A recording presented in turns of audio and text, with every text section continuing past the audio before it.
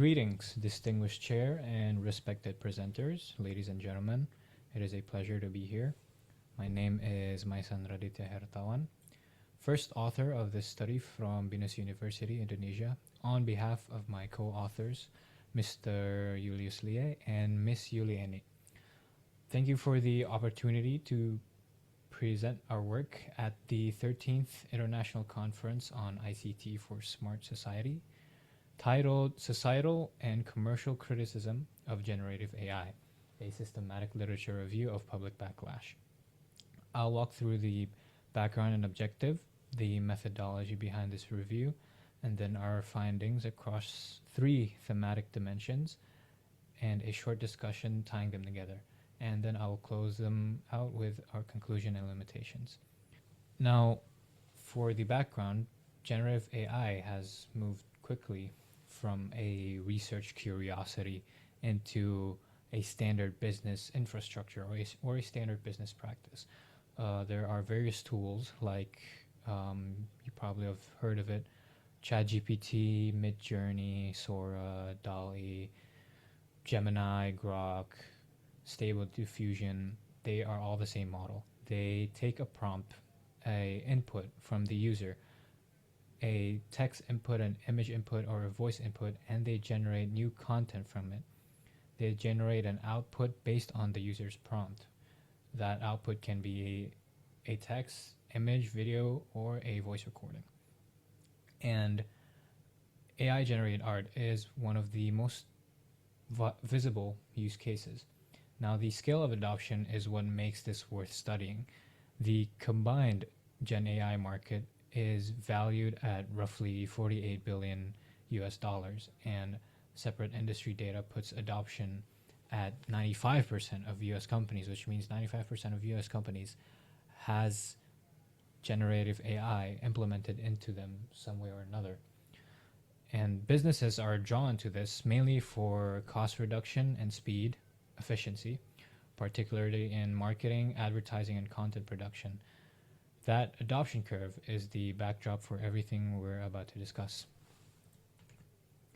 Now, the problem is, despite the adoption, Gen AI has drawn much sustained criticism, and it clusters into 3 recognizable problems.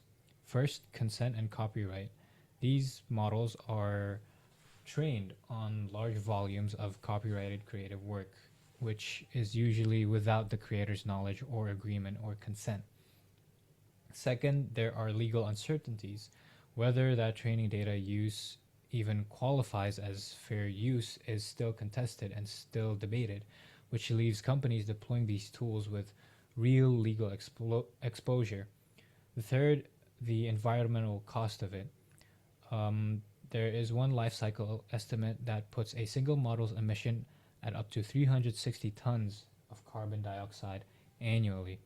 And AI and data centers in general already draw 9.3% of EU electricity and contribute over 4% of the greenhouse gas output in the European Union. These 3 threads, the ethical, legal, and environmental, are exactly how we structured this review. Our objective was to analyze the negative criticism directed at generative AI across those 3 dimensions, ethical, legal, and environmental. And we broke that down into 3 research questions. First of all, what are the primary forms of criticism directed at Gen AI? Second, what factors drive the emergence of these perceptions? And third, to what extent can these criticisms actually be considered valid or justified? Everything from here forward answers these 3 questions in sequence, in order. For our methodology, we used a systematic literature review, or SLR, structured around 4 stages, shown in the diagram on the right here. We collected records from 2 databases, Scopus and Google Scholar. We then deduplicated and screened that pool using the Prisma method, and we ran a VOS viewer co-occurrence analysis to confirm the thematic structure rather than assuming it. And then finally, we organized the surviving studies into 3 categories that I explained earlier: ethical, legal, and environmental. For data collection, we built 4 thematic keyword strings. shown in the table on the right here. One each for ethical concerns, legal disputes, and environmental impacts, and a fourth bridging string combining AI governance, accountability, and sustainability terms or keywords. That fourth string, it matters methodologically. Running only the first three in isolation produced a fragmented keyword network later on in the study, and adding the bridging terms is what pulled the network together into something interconnected rather than three disconnected islands. All four strings were run through Publish or Perish across Scopus and Google Scholars, covering the years 2022 through 2026.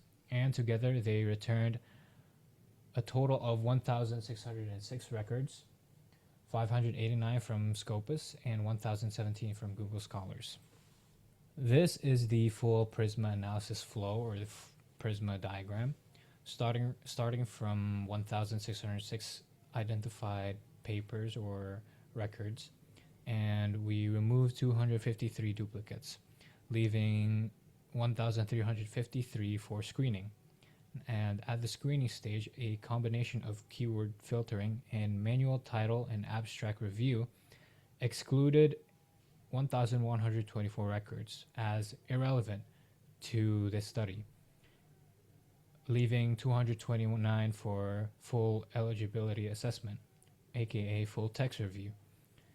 We reviewed each record full text, and we excluded a further 58 records, mainly studies that turned out to concern medical, military, or education applications of AI rather than creative and commercial contexts that we were trying to study, which left us 171 studies for the final analysis, which is the main database or the main records from what we pulled into making this study. Now, coding those 171 studies thematically gives us this distribution.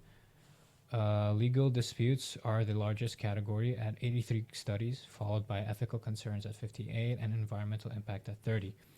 Now, this isn't arbitrary. It tracks how mature each debate is.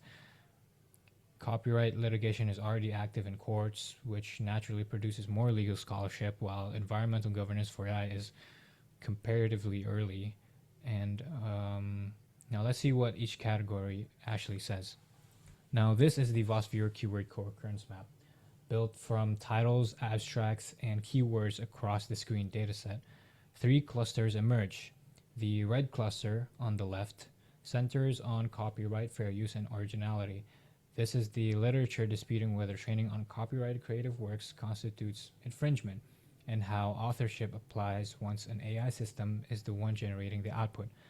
The green and yellow cluster in the middle groups ethical consideration, bias, transparency, and AI governance, and its position bridging the other two clusters is itself a finding, which tells us that ethical criticism in this literature is discussed largely through the lens of accountability and regulatory response, not as an abstract moral question sitting on its own. Now, the blue cluster on the right contains greenhouse gas emissions, energy consumption, and data centers, and its relative separation from the other two suggests environmental criticism is a comparatively distinct strand, connected to the legal and ethical discourse mainly through shared references to the underlying infrastructure. We ran the same analysis on country and author co-occurrence. 54 countries meet the threshold, led by the US, India, the UK, China, and Germany, with Indonesia also present. On authorship, 35 authors have 2 or more publications, but the network is fragmented into small independent clusters rather than a few dominant groups, showing this is a widely distributed research community. Let's jump into our findings. First, our ethical concerns. 58 of the 171 studies fall under ethical concerns. The central issue is what we'd call the consent and compensation problem, which these models are trained on identifiable work by human creators, almost always without their knowledge, agreement, or consent. And the literature is consistent that those creators get no recognition, no payment, no opt-out, even as the platforms built on their work generate real revenue. That feeds directly into a second finding, which is a measurable economic harm to working artists as AI generated content substitutes for human created work in cost sensitive markets. A third and related issue is algorithmic bias and opacity. Because most developers don't disclose training data, independent evaluation of bias or consent is essentially impossible from the outside. Taken together, these concerns are well founded, and the literature is clear that resolving them needs some sort of regulatory intervention, which technical fixes alone won't do it. Let's move on to our second, which is legal disputes, which is the largest category, 83 out of 171 studies. The dominant issue is copyright infringement, of course. Most models are trained on copyright works without consent, and whether that qualifies as fair use is still actively debated, with litigation already underway in several jurisdictions, but not all. Closely related is authorship ambiguity. Copyright law generally requires a human author, which leaves AI-generated output sitting in a legally uncertain position, since ownership can't vest into the system itself, and attribution to a prompting user isn't settled either. The most concrete regulatory response so far is in the EU AI Act, which came into force in 2024 and introduces risk-tiered classification along with transparency obligations for developers. But notably, it doesn't resolve the underlying copyright disputes. Across this literature, the consistent conclusion is that existing legal frameworks are structurally inefficient or insufficient for a technology that produces commercially viable output at almost no marginal cost, and that closing this gap will require substantive legislative reform, not case-by-case rulings. Now, the last one, and the notably most smallest part, is environmental impacts at only 30 studies out of 171. But the findings are pretty consistent and pretty meaningful. On energy and carbon, a single model, as I explained before, can generate up to 360 tons of CO2 or carbon dioxide annually, and data centers in general already drive a meaningful share of EU electricity consumption and greenhouse gas output. Less visible but equally documented is water use. Cooling systems place measurable stress on regional water supplies, particularly where data centers are cited for cost rather than local water security. On governance, the literature finds that voluntary sustainability commitments have a track record of inconsistent follow-through. So in the absence of AI-specific environmental regulation, corporate discretion remains the main accountability mechanism, and the reviewed literature is consistent in finding that insufficient given the technology's growing scale. Now, what does this all say? Putting these three findings side by side, a clear pattern shows up.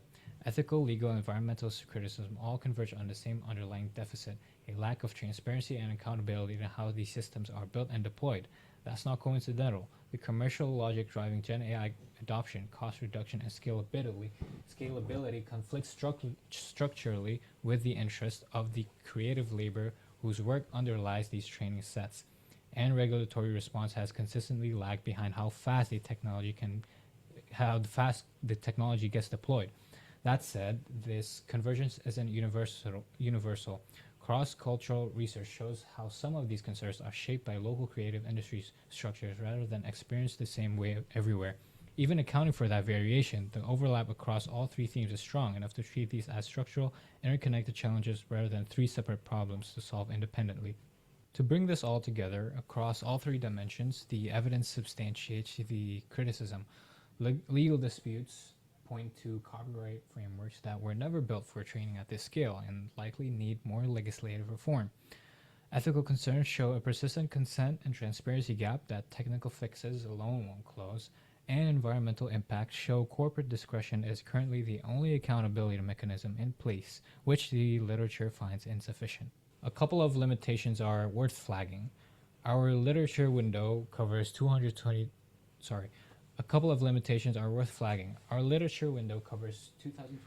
through 2026, so recent case law and regulatory developments outside that window aren't captured, and any keyword-based search strategy, however carefully designed, can miss relevant work that uses different terminology.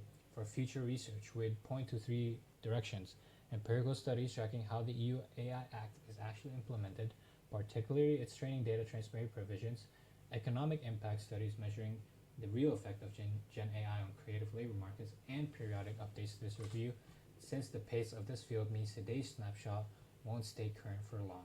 That concludes our presentation. Thank you for your attention.